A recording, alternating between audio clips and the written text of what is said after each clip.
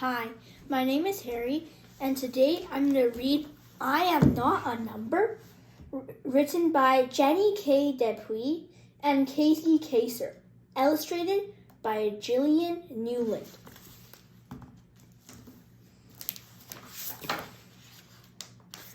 The dark figure, backlit by the sun, filled the doorway of our home on Nipissing Reserve Number 10.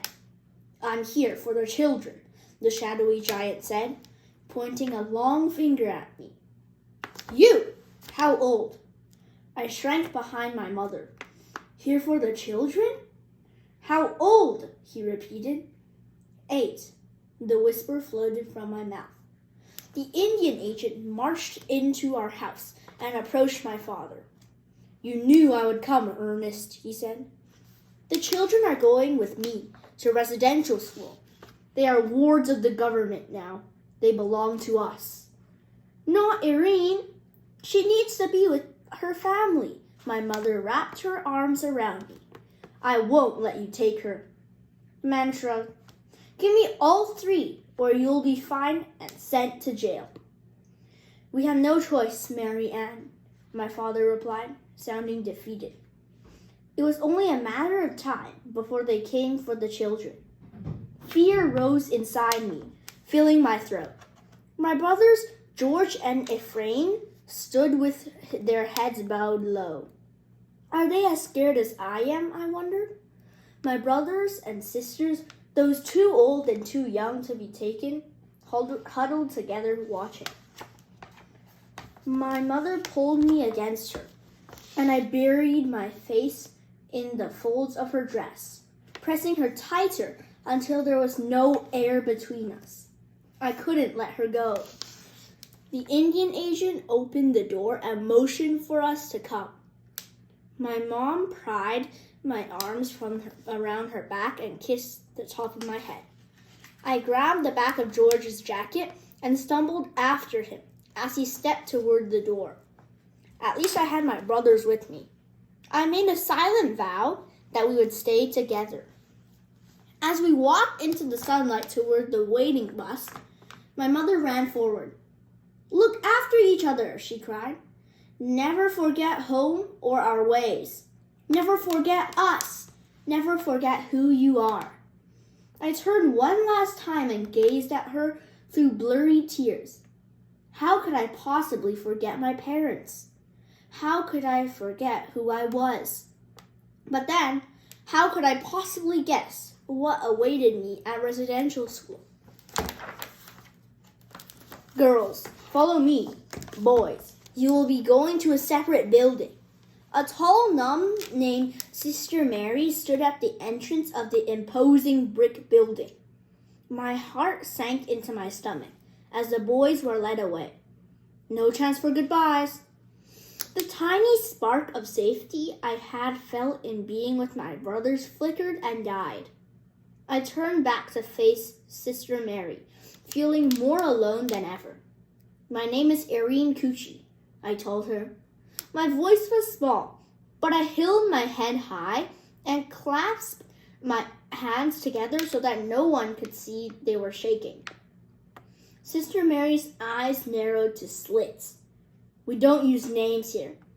All students are known by numbers. You are 759. I'm not a number. I'm Irene Cucci, daughter of Ernest and Mary Ann Cucci. I'll never forget who I am." I was hurried to the showers with the other girls who had arrived with me. We stood in a group as icy water pricked our bodies. Sister Mary hovered above us. "Make sure to scrub all the brown off." "She must like lighter-skinned girls better," someone next to me whispered. I stared at my dark arms while Sister Mary scrubbed them with foul-smelling soap. After I was dry, she handed me a plain gray dress, knitted stockings, and a pair of leather shoes. Dressed in my new uniform, I was taken to a small room and ordered to sit on a low stool. The worst was still to come. Sister Mary wrapped a cape around my head. "Now let's get rid of that hair. Sit up straight," she ordered. Her scissors chewed through my long black hair, and I watched my locks fall in a pool around me. This meant much more to me than a haircut, though I could never explain that to Sister Mary. Back home, long hair was a source of pride. We cut it when we lost a loved one. Now it felt as if a part of me was dying with every strand that fell. Several days later, I sat with the other girls at a long wooden table, staring at the bowl of porridge in front of me. It was gray and lumpy, and looked like the plaster my father had once used to fill some cracks in our wall. Next to the porridge was a piece of stale white bread. I thought of my mom's freshly baked loaves and homemade strawberry rhubarb jam. Back home, we had never had much, but we were never hungry. Here, my stomach gurgled, calling out for food. Eat, Sister Mary's stern voice cut into my thoughts. I forced some bitter, gritty mush down my throat. The smell nearly made me gag, but I remembered the warnings of the other girls. If you don't eat your meal at breakfast, they will serve it to you for lunch, and if you throw up, you'll have to eat the vomit. I raised a spoonful after spoonful to my wells, and willed myself to keep it down. I'm so hungry, the girl opposite me groaned. I broke off a piece of the bread and leaned across the table. Here, I said. I don't want this. She smiled and reached for it gratefully. Miigwech gay, I whispered back. I didn't see Sister Mary until she was almost on top of me. Thwack!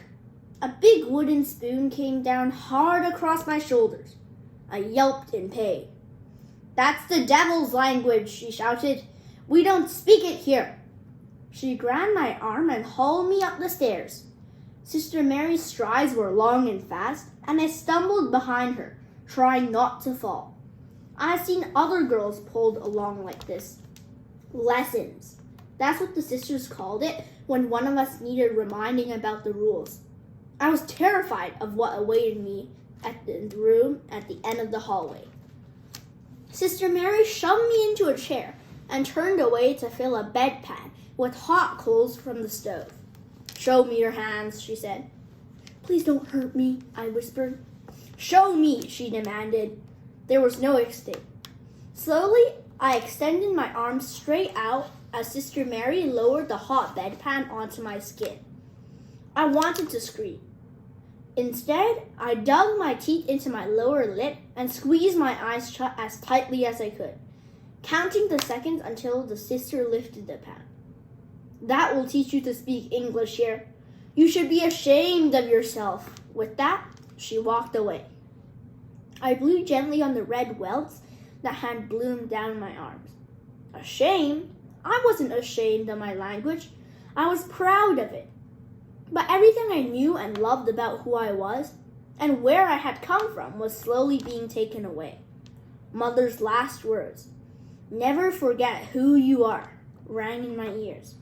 I'm Irene Gucci. I'm trying to remember, I whispered as tears streamed down my face. A couple of weeks later, I was in the chapel for early mass, as I was every morning and twice on Sundays. If you memorize the songs and pray a lot, you'll go to heaven, the sisters told us. I didn't mind chapel. It was better than hauling firewood to feed the school's hungry furnace, or mending worn clothes that were piled in the sewing room. Sister Elizabeth sat next to me and squeezed my hand. She was kinder than most of the nuns. Once, she gave me a piece of juicy steak and leftover potato when I was helping to clear away the hearty meal that the sisters and teachers had eaten. I returned her smile and then searched the pews on the other side of the chapel, trying to find Ephraim and George. Because boys and girls were separated, chapel was the only place where I could see them. Ephraim looked my way. He was pale. Are you okay? I raised my eyes, silently asking the question. He nodded slightly and then leaned forward in his seat as if he were asking about me. I closed my eyes in response. My arms were still tender, and even though the red sores had now turned pink, the memory of the punishment had not faded one bit. I knelt on the pew, troubled. Why are we so cruelly treated? Why must I change everything about myself? When I sang the songs and prayed out loud, I secretly begged God to let me return to my family. Days, weeks, months limped along drearier than a never-ending storm. About 6 a.m., prayers, porridge, chores, studies. But the gloom of each day was better than the fear of the punishment. I dreamed of being back on the reserve, where I could play with my brothers, sisters, and cousins. I wanted to hear the song of the meadowlarks in the grasslands. I yearned to spread my arms wide, as if I were ready to soar like them. I longed to fly away, but for me there was no escape. Just as I was beginning to believe that my time at school would never end, an announcement was made that lifted my spirit. We are going home from the summer. Home! I hadn't said that word for so long. When my house looked the same?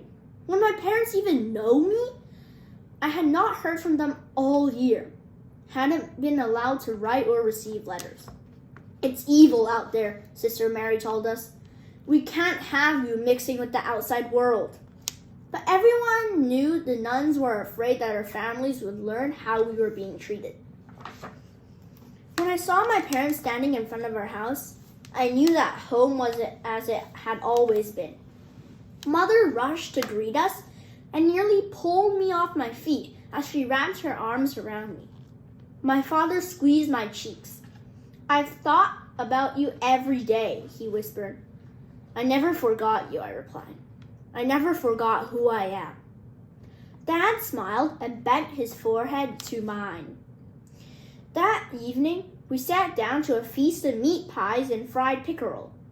Wanting us to take as much food as we liked, Mother urged us on saying, Gidan, Gidan. I piled extra fish onto my plate, realizing that I had not heard my Ojibwe language spoken in nearly a year. Miigwech, I replied. The words I knew so well felt strange in my mouth. But at night, when I put my head upon my pillow, I was haunted by images of Sister Mary chasing me down a long hallway with a leather strap in her hand. I bolted awake and tried to stop my heart from pounding. Finally, I got out of bed and sat by the open window, where the familiar sound of water lapping up on the lakeshore calmed my breathing. But the nightmares did not end there. I knew that all too quickly, the leaves would turn green to bright red and orange, signaling that the time when the living nightmare of that horrible place would be upon me. Don't make me go back, please, I pleaded with my parents. I had slowly begun to tell them what had happened to us at school. Dad's eyes darkened when I talked about Sister Mary's lessons, and Mom covered her ears and could not bear to listen. I need to find a way to keep you here, my dad said. We must have a plan. I clenched my hands into tight fists. Yes, we need a plan, but what? But if we disobey, what will they do to us? Mom asked. Let them do what they want. We won't send our children back to that place. We'll hide them. We'll make sure the Indian agent can't find them. We all started to talk at once. We could hide upstairs in the bedrooms, but the Indian agent would search every corner to find us. We could hide behind the house, but we would be easily spotted back there. We could run to the lake and hide among the reeds. But no, they were not thick enough to conceal us. Then Dad suggested something. You could hide in my shop. My dad had a taxidermy shop on our land that was close enough to run to, separate from the house. Will it work, I wondered? Will my father's shop give us the protection we need? I looked at my brothers and my parents. We nodded our heads in quiet agreement. A silent pact. We had a plan, and the summer was slipping away.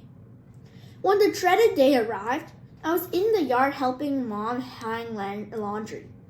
The wind blew my hair around my face. My hair was growing. Soon it would reach down my back. "He's coming!" my older sister's shout cut through the air. I dropped the laundry basket and peered around the corner of the house. There he was, my kidnapper. The same Indian agent who had taken me away a year earlier was marching up the road, one determined step after another. Mom froze in place, looking as frightened as I was. Then my father ran out the back door with Ephraim and George just ahead of me. "Irene," he grabbed my shoulders, "you and the boys go hide in my shop." My feet would not move. "Don't let him take me away," I begged. "Run," my father ordered. He turned me around and shoved me forward. I tripped and then regained my footing. We had a plan, and it was time to put it into action. My brothers were sprinting across the property, and I set off too. We ran for our lives until we reached the shop, pushed the door open, and tumbled inside. "Hide!" I shouted. We dove behind some large crates, settling in where we wouldn't be seen. From where I hid, I could see through a window to the outside. Before long, I spied the Indian agent striding up the path with my father close behind. I placed my finger across my lips to warn George and Ephraim to be quiet. Then the door creaked open. "I know you're in here." I remembered the voice of the Indian agent. Sweat trickled down my back. I sent the children to stay with my family farther north. It was my father's voice. "Don't know when they'll be back." I moved my head ever so slightly to try and see what was happening. The Indian agent, feet apart, arms crossed, was staring at my father. "You'd better not be lying, Ernest," he snarled. "You'll be in a lot of trouble if you don't send your children back to the school."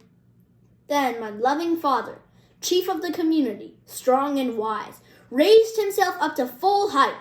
"Do whatever you want," he replied in a voice that was low and even. "Call the police. Have me arrested. You will never take my children away again." Seconds that felt like forever passed. My father stared at the Indian agent, and the agent glared back at him. I held my breath. Would the agent leave? Would we be discovered? I glanced over at Ephraim and George. Their eyes had grown wider than full moons. A lifetime. An eternity. Then, without another word, the Indian agent turned and left the shop. For a while, no one moved, uncertain that the danger had passed. But when my father slowly turned and stretched his arms wide, the three of us tumbled from our hiding places and flung ourselves into his embrace. I was laughing and crying at the same time and shaking from head to toe. We were safe. I was Irene Cucci, daughter of Ernest and Mary Ann Cucci, and I was home. The end.